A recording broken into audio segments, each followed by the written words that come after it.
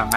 இந்த வேவ் பைட்ஸ்ல தான் ஒவ்வொரு டேபிளுக்கு கீழேயும் டிவி வச்சிருக்காங்க. உங்களுக்கு பிடிச்சதை நீங்க பார்த்துட்டே சாப்பிடலாம். இந்த ஷாப்போட பேரை வச்சு கெஸ் பண்ணிருப்பீங்க இங்க என்னெல்லாம் கிடைக்கும்னு. நம்ம ஃபர்ஸ்ட் ட்ரை பண்ண போறது வந்து பாத்தீங்கன்னா Belgian white chocolate pancake. இதோட பிரைஸ் வந்து பாத்தீங்கன்னா 130 rupees. இதுல இந்த ஒயிட் சாக்லேட்டோட டேஸ்ட் வந்து வேற மாதிரி இருந்தது.